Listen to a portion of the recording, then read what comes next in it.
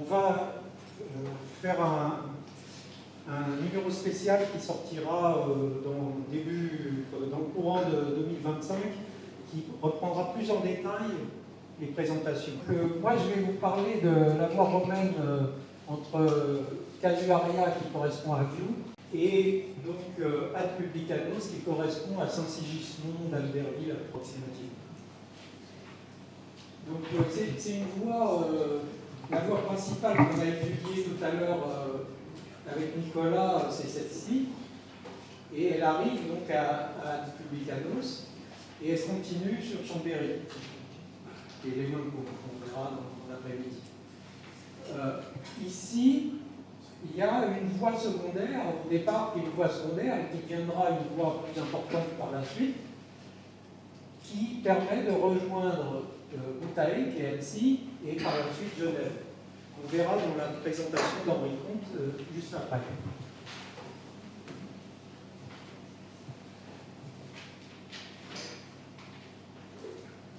Alors, moi, j'ai travaillé d'une autre façon. Je n'ai pas encore toutes les techniques de Nicolas.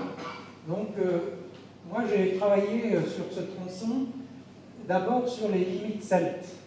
C'est-à-dire, il faut comprendre la particularité de ce tracé, c'est qu'il se trouve à la limite entre deux peuplades de l'époque, deux peuplades celtes. D'un côté, ici, vous avez les Allobroges, et de l'autre côté, vous avez les Ceutrons, ou Centrons, qu'on a vu tout à l'heure. Et donc, les frontières ont changé dans ce secteur à plusieurs reprises. Et donc, moi, je propose ici, c'est une carte de Pierre Broise qui a été faite de la cité de Genève et qui montrait toute la partie historique de la partie romaine de la cité de Genève. Et donc, là-dessus, j'ai proposé un tracé qui est accepté, au moins pour cette partie-là, par certains chercheurs. D'autres chercheurs le font passer ici, c'est-à-dire que lui le faisait passer ici, et d'autres chercheurs encore le font passer un peu plus loin pour rejoindre Tours en Savoie, ici. Alors, c'est discutable. Moi, je pense que la limite celte était plutôt au niveau ici, donc on a une limite, c'est les Aravis, on sait que jusqu'ici, la limite celte est bien ici, ça, c'est pas discuté. Et après, certains chercheurs pensent que la limite continuelle au niveau de la montagne de Ronce, c'est-à-dire que c'est la limite actuelle entre la Savoie et la Haute-Savoie. Ensuite, on discutera plus tard, je vous expliquerai pourquoi je propose cette limitation-là. Ce qu'on sait, c'est que ici, Ad Publicanos, c'est un péage.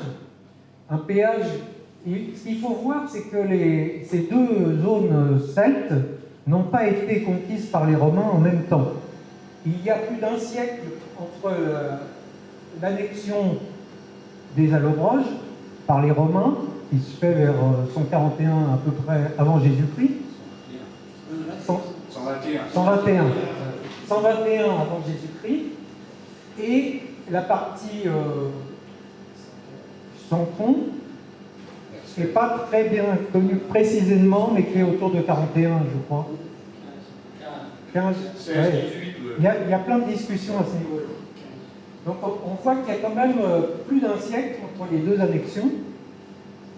Donc il y a, au moment où les Romains sont arrivés, on va voir, donc avant d'attaquer la partie romaine, on va voir que ici, quelle que soit la séparation, qu'elle soit ici ou ici, ça ne change pas énormément. Ce qu'on veut dire, c'est que la zone qui était la plus tranquille pour le passage entre ces deux zones-là, c'était le Tamier pour les Allobroges. Et pour les Ceutrons, c'était de passer par ici, où ils étaient plus tranquilles dans leur zone. Donc on peut penser que les deux voies existaient, mais utilisées différemment suivant les besoins et suivant les codes.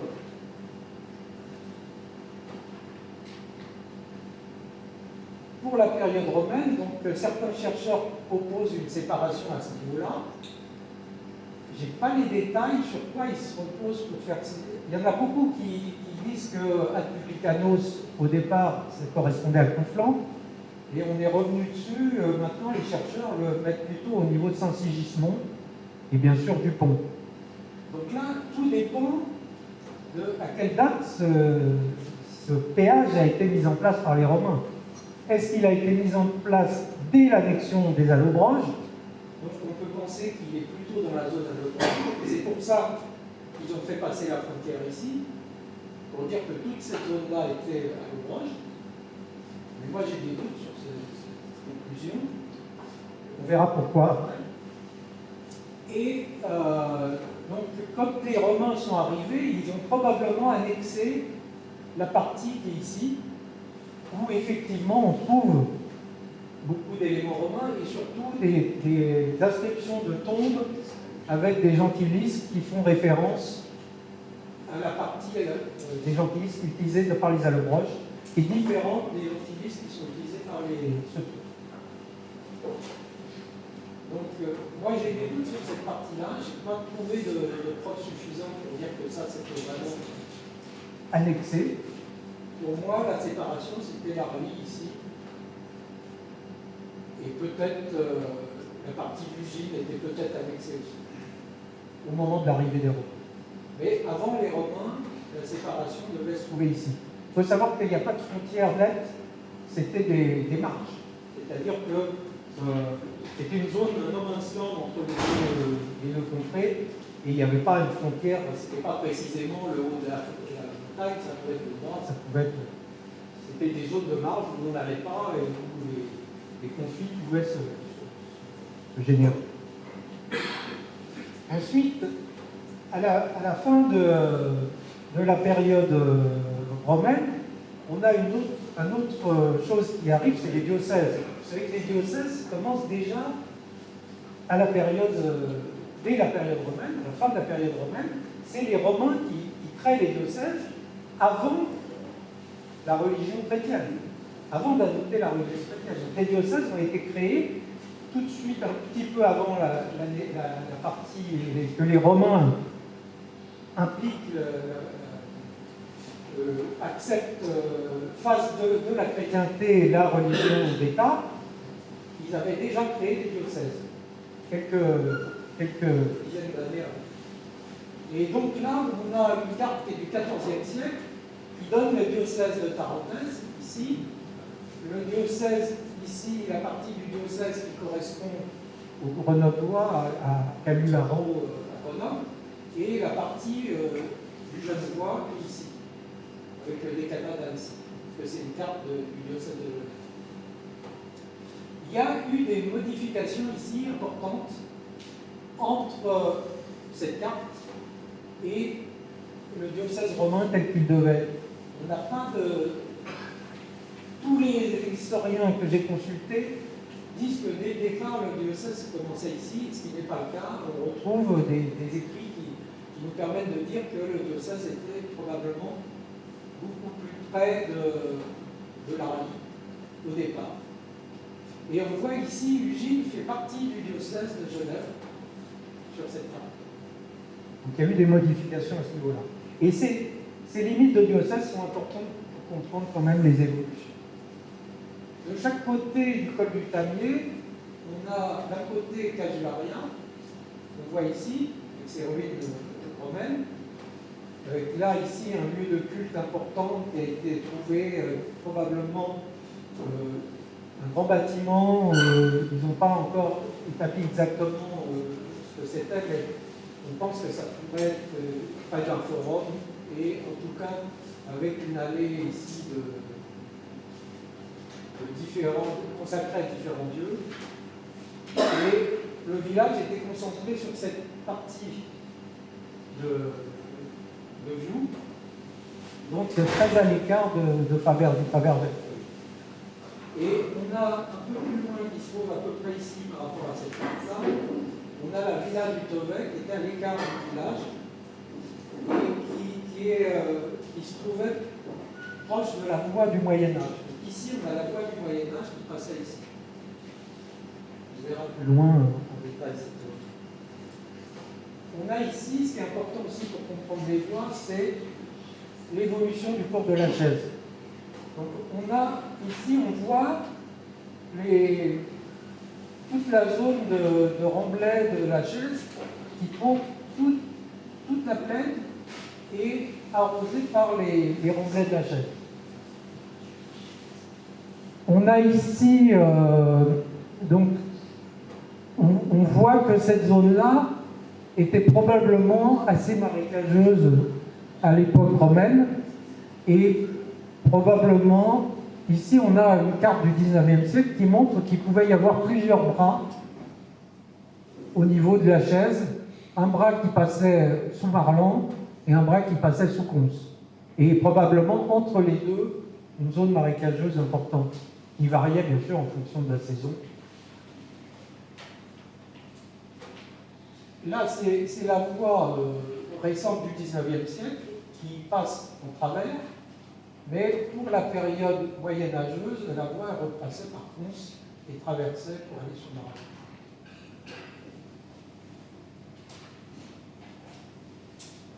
De l'autre côté, on a Gilly qui s'était installé au niveau du chapitre, vers le Rachis, et ici, au niveau il y avait un édifice important, une villa importante qui a été trouvée ici. Donc on pense, ça c'est des voies plus récentes, et on voit qu'il y avait probablement, la voie a très peu changé par rapport à la voie Sarre, mais il y avait probablement une voie qui descendait vers le Rachis ici.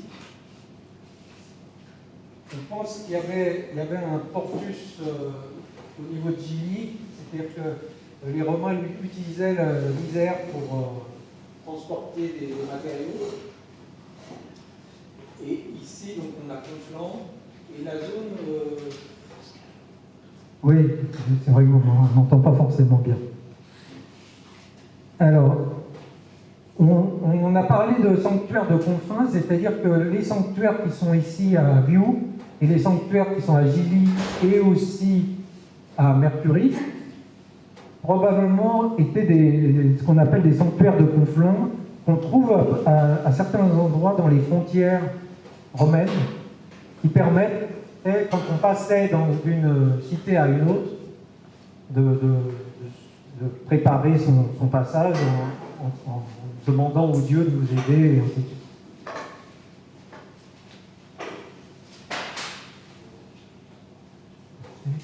Donc on va voir ici le tracé de la voie parugine. Donc c'est la voie qui est la plus souvent citée comme voie romaine, avec des bonnes raisons. On voit qu'on a des fouilles romaines qui ont donné beaucoup de résultats ici. On a la villa du Tovay qui se trouvait ici. On a quelques éléments romains connus au niveau de Cons. Et un trésor romain qui a été trouvé au niveau de Marlan, ainsi que quelques éléments romains qui ont été trouvés, des fouilles, au niveau du Gilles.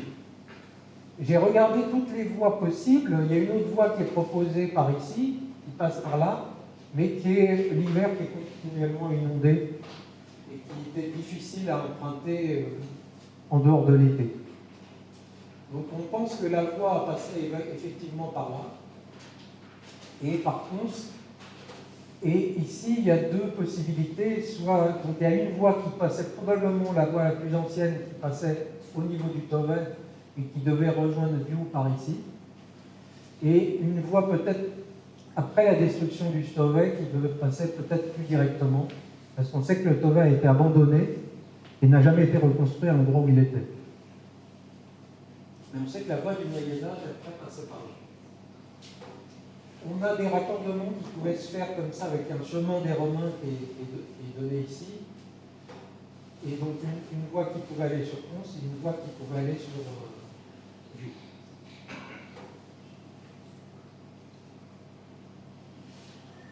Au niveau du Gine, pour continuer après Ugine, on a la voie la principale qui est donnée par tous les chercheurs et qui n'est pas contestée. C'est cette voie-là qui passe par Palu,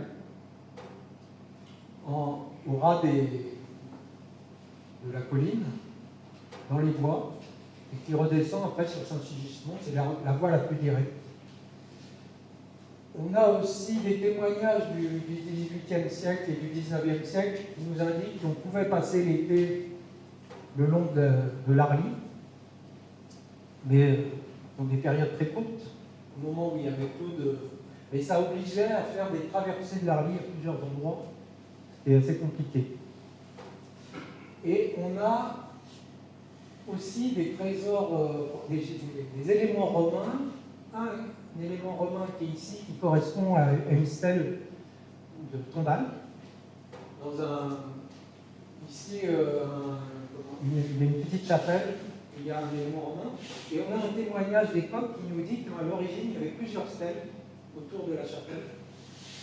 Et il n'y en a qu'une qui a été conservée. Un témoignage du XIXe siècle. On a aussi un élément romain ici qui fait référence indirectement à Publicanos, qui fait référence au 40e des Gaules. C'est un cartouche qui explique que c'est un esclave romain qui travaille pour le 40e des Gaules qui a mis en place cette stèle. Ça ne nous dit pas que cette stèle était là. Beaucoup de chercheurs indiquent que ces éléments qui étaient en haut ont dû être montés au Moyen-Âge. Voilà. Mais bon, quand on nous dit qu'il y avait plusieurs stèles à un endroit, il y a peu de chances que c'était remonté au Moyen-Âge.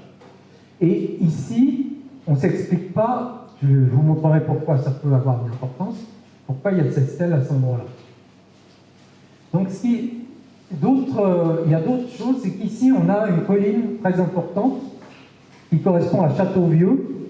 Châteauvieux, c'est l'ancien château de Chevron à l'origine, et qui a été détruit au XIVe siècle lors de combats avec le Faucigny, et qui n'a jamais été reconstruit, qui est ruiné sur place, et qui se trouve à cet endroit-là. C'est une colline très importante, très imposante, qui se trouve juste au-dessus de Saint-Sigisson. On verra après, on en parlera à la fin de ma présentation.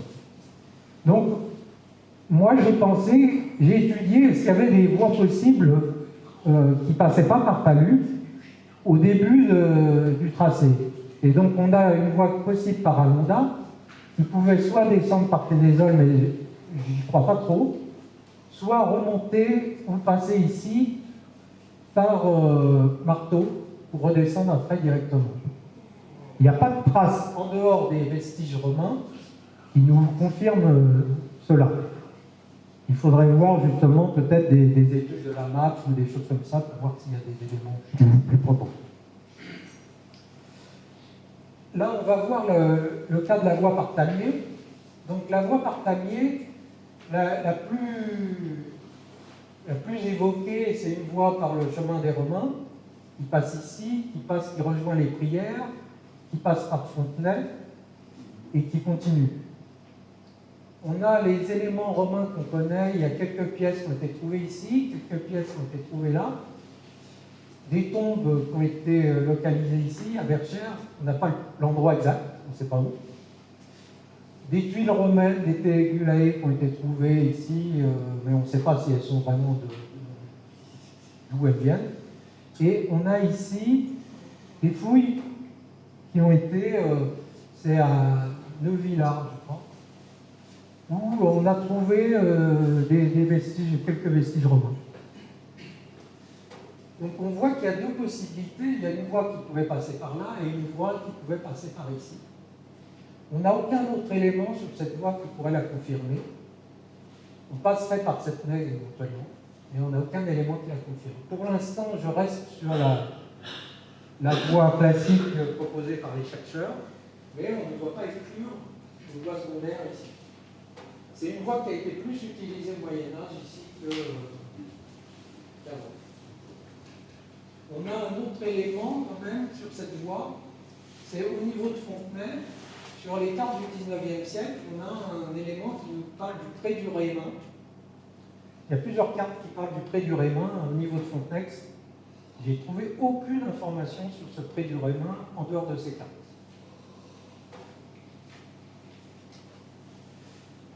On a un autre élément important sur cette partie-là, c'est ce qu'on appelle le rocher des Trois Évêques. On verra pourquoi. C'est un rocher énorme qui est en dehors de la voie, qui se trouve à peu près ici, et qui il ne peut pas y avoir de gravure dessus parce que c'est une pierre qui se délite, qui s'use en permanence, donc il n'y a pas de possibilité de trouver des gravures. Mais de tout temps, elle est connue comme étant le rocher des Trois Évêques et la borne des Trois Évêques. Elle a quand même une importance, c'est qu'elle correspond à peu près à la séparation entre le Genevois et la partie de Grenoble, de Pularo, au moment de la création des deux zones. Quand la Viennois a été séparée en deux, avec d'un côté le Genevois et de l'autre côté, et elle correspond actuellement à la séparation entre la Savoie et la Haute-Savoie. Le rocher des Trois Évêques, il y en a plein d'exemples en Bourgogne, en Suisse, ailleurs, où ces rochers, ce qui s'appelle rocher des Trois Évêques, servent de frontière, sont des marques de frontières, avec soit parfois des dolmens, parfois des rochers, des fois même des montagnes, des rochers des Trois Évêques. Et ça nous indique quand même qu'à un moment donné, les Trois Évêques pouvaient se rencontrer à ce moment-là. C'est-à-dire qu'il y a eu un moment, probablement avant la création du Tamier, il y a eu un moment où les trois limites se trouvaient là, ce qui n'est plus le cas actuellement et ce qui n'était pas le cas au moment du Tamier. Puisque cette zone-là a été annexée par la Tarentaise, par le diocèse de Tarentaise, au moment de la création du Tamier. Donc il y avait probablement, à la période juste avant ou juste à cette période-là, une limite des trois évêchés qui passaient par là. J'accélère un peu. Ici, on a l'arrivée du Tamier. Donc ici, on a la voie classique qui est proposée par tous les chercheurs, qui passe par Plancherine, par une majorité de chercheurs. On sait qu'on a des zones où il y avait des vestiges romains à Mercury, ici au niveau d'Édier, ici au niveau de Gilly, plus bas, ici au niveau de Saint-Sigismond et au niveau du pont. Le passage du pont se faisait à peu près par là, à l'époque, romaine. Et on a ce fameux château vieux qui est ici. On va voir pourquoi ça a une importance. Et moi, j'ai proposé une voie alternative. Et ici, on a une voie qui existait avant la route moderne, une voie du début du 19e siècle, qui passe ici en orange et qui pouvait passer pour rejoindre Mercury ici. Ça, moi, je propose ça. Il y en a d'autres qui proposent cette voie-là ici, ce raccordement-là. Les deux sont proposés. Et moi, j'ai un certain intérêt pour cette partie-là. Ce qui ferait que la voie potentielle serait plutôt ici, avec possiblement des routes qui vont vers Alonda, en passant par ici. Ici, il y a une voie vers Alonda. Ou ici, la voie par Palus, on peut passer là ou là.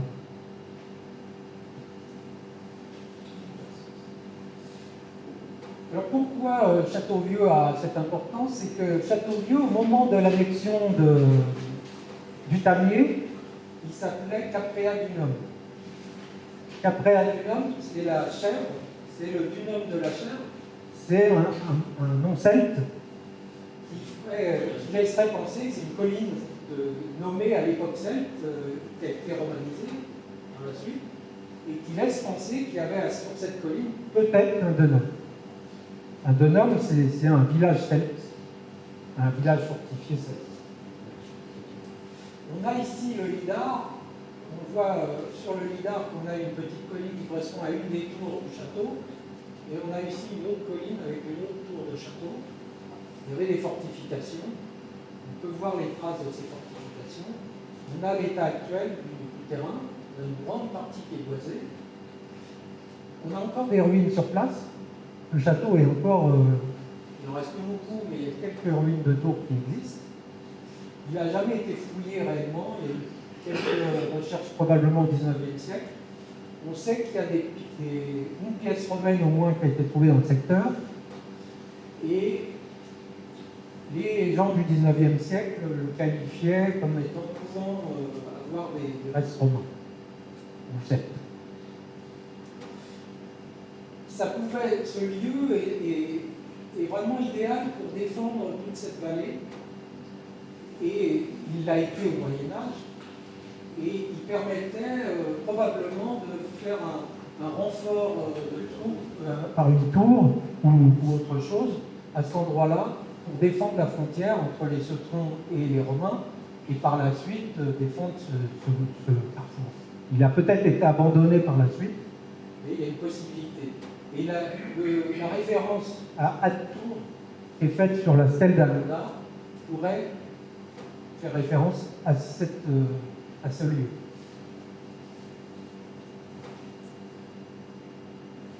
Les conclusions, c'est que donc on voit qu'il y a plusieurs possibilités de voie, que toutes les possibilités n'ont pas été approfondies, que sur ce secteur, il y a encore des choses, on l'a vu déjà dans la présentation précédente, que les chercheurs proposent des hypothèses, mais que ce n'est pas toujours les bonnes. Il y a les nouvelles technologies, les nouvelles avancées permettent de comprendre certaines choses. Vous aurez plus de détails dans les écrits qui sont publiés, parce que là c'était trop court. Non, finalement, on est à peu près dans les temps. Voilà. Alors, je